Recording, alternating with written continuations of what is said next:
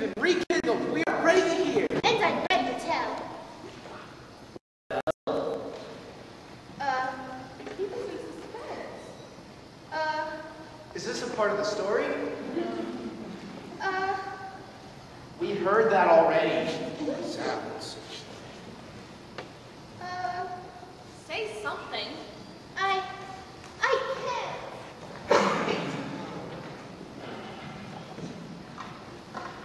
Why not, dear child? Next. Keep quiet and talk. I'm not the one stuttering like a tea kettle. Go on, give it a try. I can't. What if the story's no good? What if I'm no good? What if I make a mistake? Or what if we just keep passing the same rocks and trees over and over again, and you guys don't want to interrupt? So I keep going on until I peter out.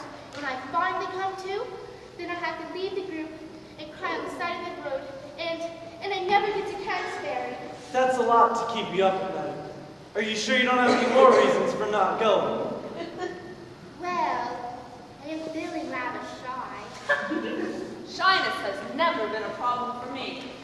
Not with 5 husbands. I will not even take your words as slander, Sir Oswald, for it is quite true.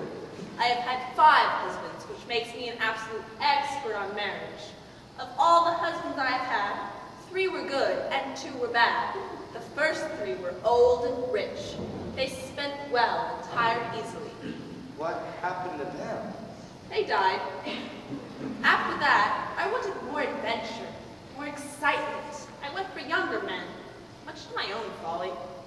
Young men may provide more adventure and excitement, but they hardly tire at all.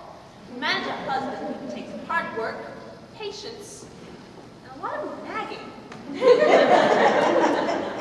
I nag my husbands constantly. The younger they are, the more nagging they require. My 4th husband was riotous and thought he could get away with a paramour, but a fistful of nagging cured him completely.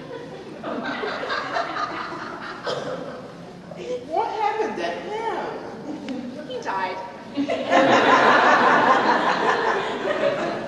My 5th husband, whose soul never find hell, was half my age. He knew how to treat a lady even though he hated women. His favorite pastime was to read to me on the wickedness of Lady Spare, but even this colt was so well tamed that I held the reins throughout the marriage. I'm afraid to ask what happened to him. He died. But he had a smile on his face.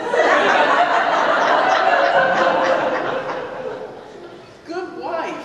This is a long preamble. I am sorry for that. When I talk about my husbands, I tend to go on. And on and on. I, for one, am grateful. I had passing thoughts about marriage. After your speech, I'm quite sure I'll never entertain the thought again. Please, good wife, begin your tale. Immediately, hostess. Now, as with any story, this one begins with a paragon of virtue. How surprising. What? I had not thought that you would take the time out for virtue. I think a great deal of virtue, actually. I contemplate it daily, hourly even. How do you get anything done? Now, as with any well-written story, this one begins with a paragon of virtue. Here stands a knight.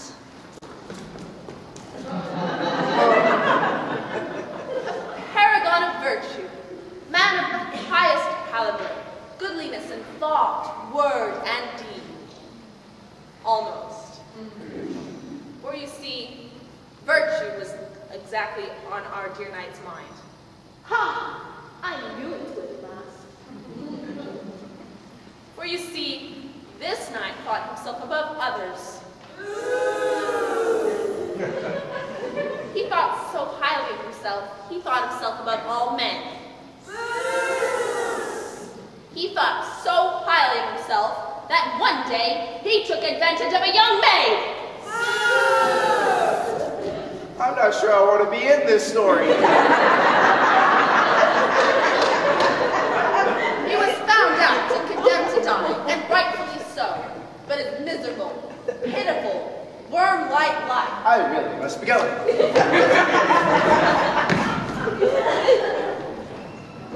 His miserable life was saved by a last-minute plea from the Queen.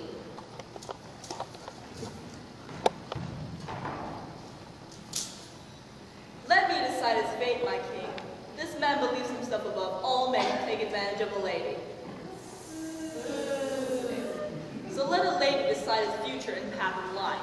It is done. Sir Knight, you will abide by the Queen's words. Is that clear? Yes, my lord. Do you realize the seriousness of what you have done? Yes, my lady. And if I'm ever to think of myself above anyone, I would never, ever. Your life is not yet guaranteed, Sir Knight. I hold it in my hands, like so. All it takes is for my fingers to pull apart a hair's breadth, and your life is gone, slipped through the cracks. Please say pity, your majesty. All right, I will give you your life if you will answer me but one question. One question? One. That's it? That is all. Is there a catch? No catch. What is your question? The question is this. What is the one thing women most desire?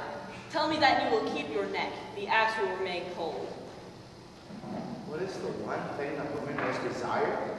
This is all you wish from me? I will give you a year plus a day to search for the answer. At that time, you will return here and tell us what you have learned.